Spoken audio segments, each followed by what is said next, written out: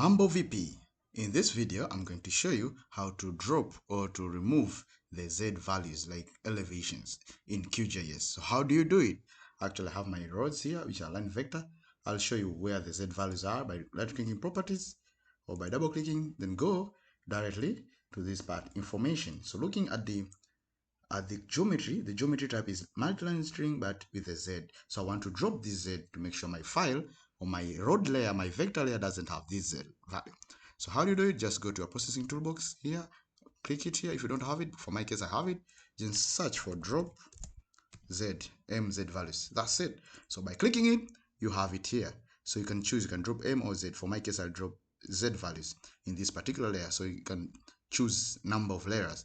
So by pressing run in a single click and close this, that means this has the layer of ZM drop. So by turning this off, then right click, then properties, there you go. You have a line string without a Z.